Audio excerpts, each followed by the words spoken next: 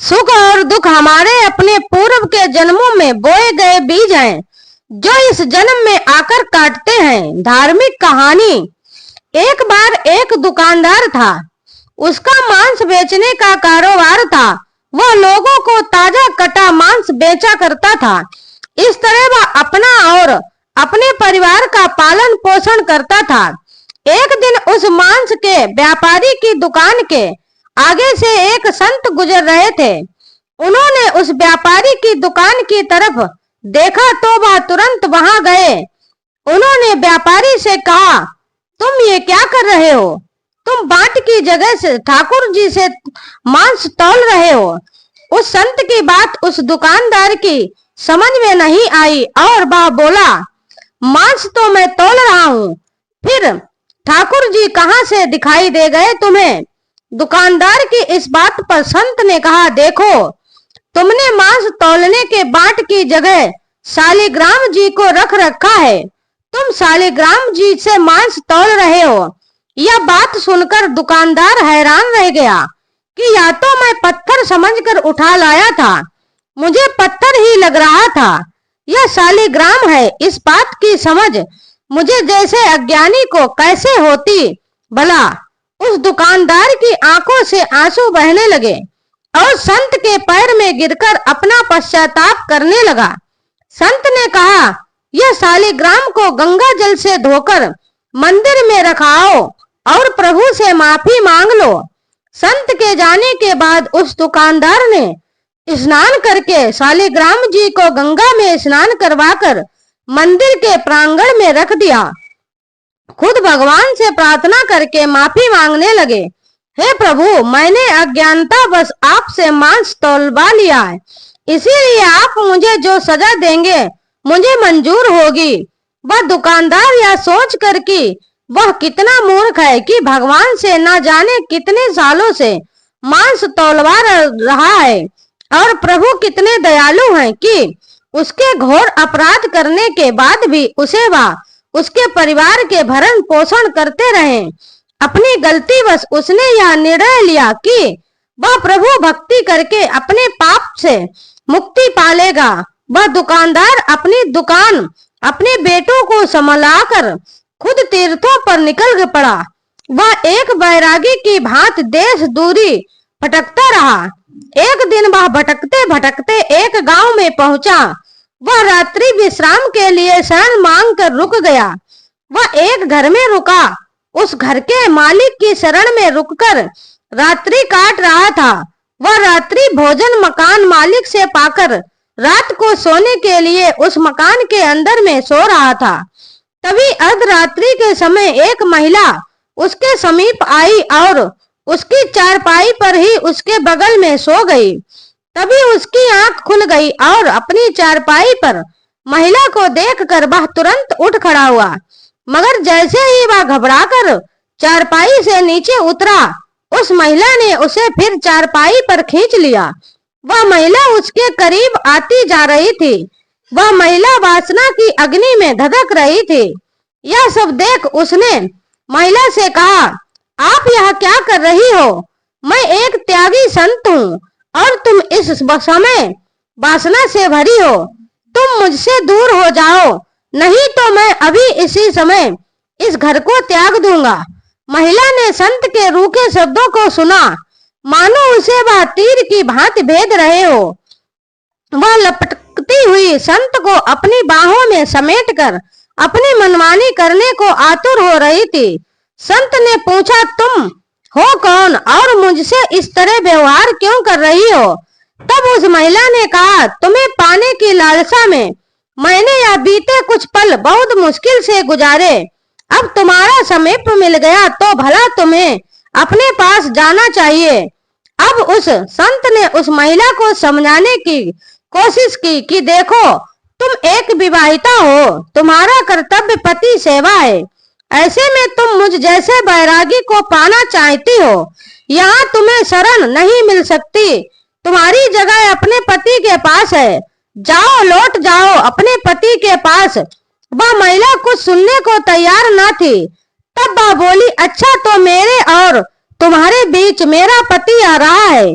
अगर मेरा पति ना हो तो तुम मुझे अपना लेते। वह तुरंत घर के भीतर गई और अपने पति पर वार कर दिया। उसका पति वहीं मर गया। वह खून से भरी तलवार ले जाकर उस संत को दिखाते हुए बोली, लो मैंने तुम्हारे और मेरे बीच खड़ी पति रूपी दीवार नष्ट कर दी। मैंने मेरे पति का गला काट डाला। अब वह कभी हम दोनों के बीच में नहीं आएगा बेचारा। वह संत दुकानदार यह सब देख वहां से भागने लगा।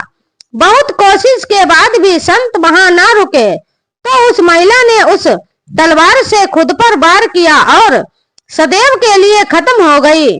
संत जैसे तैसे वहां से निकलकर भागे और बहुत दुखी रहने लगे। उनका दुखी चेहरा देखकर संत ने उनसे कहा, लगता है तुम बहुत दुखी हो। क्या बात है जो तुम्हें परेशान कर रही है? हम संतों को अपने दुख से नहीं दूसरों के दुख से दुखी होते हैं। तुम्हारे साथ कौन सा दुख है? तब उस संत ने वह सारी घटना उन संत को सुनाई। संत ने उस संतों की बातों को सुनकर ध्यान लगाया तो उनको इस सारी घटना का सार समझ में आ गया। वह संत उस संत दुकानदार से बोले, यह सब तो होना ही था, इसमें तुम्हारा कोई दोष नहीं। अब तुम शांत मन भक्ति करो। तब वह दुकानदार बोले कि यह सब होना ही था, इसका क्या मतलब है? तब वह संत हंसते हुए बोले, तुम मेरे पास बैठो, मैं तुम्हें सब बताता हूँ। उन संत ने उस संत दुकानदार से कहा, यह सब पिछले जन्म का कर्जा था जो उस महिला ने ले लिया। संत दुकानदार बोले, कैसा बदला? अब संत उन्हें बताते हुए कहते हैं, एक दिन जब तुम ध्यान मगन होकर प्रभु भक्ति कर रहे थे तभी वहां से एक गाय भागते हुए आई। तुमने गाय को देखा, चुप रहे। गाय को एक कसाई पकड़ना चाहता था। गाय उस कसाई से बचती हुई भागती हुई वहां आई थी। गाय तुमसे अपने बचाव की उम्मीद से देखने लगी, मगर तुमने भक्ति बस उस पर ध्यान नहीं दिया तो वह डरती हुई कहीं और जाकर अपना बचाव करना चाहती थी। वह वहां से चली गई। तभी उसके पीछे पीछे भागता वह कसाई तुम्हारे सामने हाथ में तलवार लिए आया। तुम जिस स्थान पर बैठे थे वह ठीक चौराहे पर बना हुआ था। वहां से 4 मार्ग निकलते थे, इसीलिए कसाई वहां रुका। उसे समझ नहीं आ रहा था कि वह गाय कहाँ गई। चारों तरफ नजर दौड़ाकर वह कसाई तुम्हारे पास आया और तुमसे उस गाय के बारे में पूछा कि तुमने किसी गाय को यहाँ से भागते हुए देखा है? तुमने उस कसाई की तरफ देखे बिना बंद आंखों से ही उस रास्ते की तरफ हाथ कर दिया जहां वह गाय भाग कर गई थी। वह कसाई तुम्हारे इशारे को देख उसी रास्ते पर चला गया जहां वह गाय भागती हुई गई थी और उस गाय को कसाई ने अपनी तलवार से मार दिया था। अब वह संत दुकानदार हैरान होकर उन संत से बोले, उस गाय व कसाई से मेरी इस घटना का क्या संबंध है? संत हंसते हुए बोले, हाँ, उस घटना से ही तुम्हारी इस घटना का संबंध है। क्या तुम जानते हो वह मकान मालिक व उसकी पत्नी पूर्व जन्म में कौन थे? अब वह संत दुकानदार विस्मित होकर देखने लगे। संत ने उन्हें आगे बताना शुरू किया। वह जो मकान मालिक था जिसने तुम्हें रात्रि विश्राम के लिए शरण दी थी, यह पूर्व जन्म में एक कसाई था। यह वही कसाई था जिसको तुमने गाय का मार्ग बताया था। इसी तरह उस मकान मालिक की पत्नी वही गाय थी जिसका उस कसाई ने कत्ल कर दिया था। वह गाय जब शिकारी द्वारा काटी जा रही थी तभी वह मन ही मन तुम दोनों से बैर भाव रख गई। बस बदले की आग में दूसरे जन्म में बदला ले लिया। उसने उस कसाई जो उसका इस जन्म में पति था उसी तरह तलवार से मार दिया जैसे उस कसाई ने गाय को तलवार से काटा था। तुमने कसाई को उसका अर्थात गाय का मार्ग बताया था, इसीलिए वह तुमसे इस तरह व्यवहार कर रही थी। यह सब जन्मों के खेले किसकी समझ में आते हैं। इंसान अपने बुरे जन्म में ही उलझा रहता है और दुखी हूँ, मैं दुखी हूँ, दुख का रोना रोते रहते हैं। दुख सुख हमारे अपने पूर्व के जन्मों में बोए गए बीज हैं जो इस जन्म में आकर काटते हैं। रे मन अधीन ना हो, ना दुख सदा रहा है ना सुख सदा रहेगा। दुख के बाद ही तो सुख आता है और सुख के पीछे दुख भी छुप कर बैठा होता है, जो हमें अहंकार बस नजर नहीं आता है।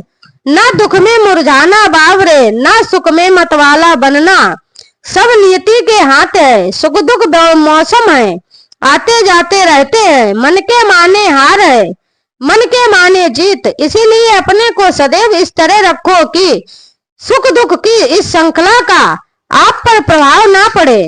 जय श्री राम। अगर वीडियो पसंद आई तो हमारे चैनल वास्तु टिप्स 33 को सब्सक्राइब कर ले। राधे राधे। जय श्री कृष्णा।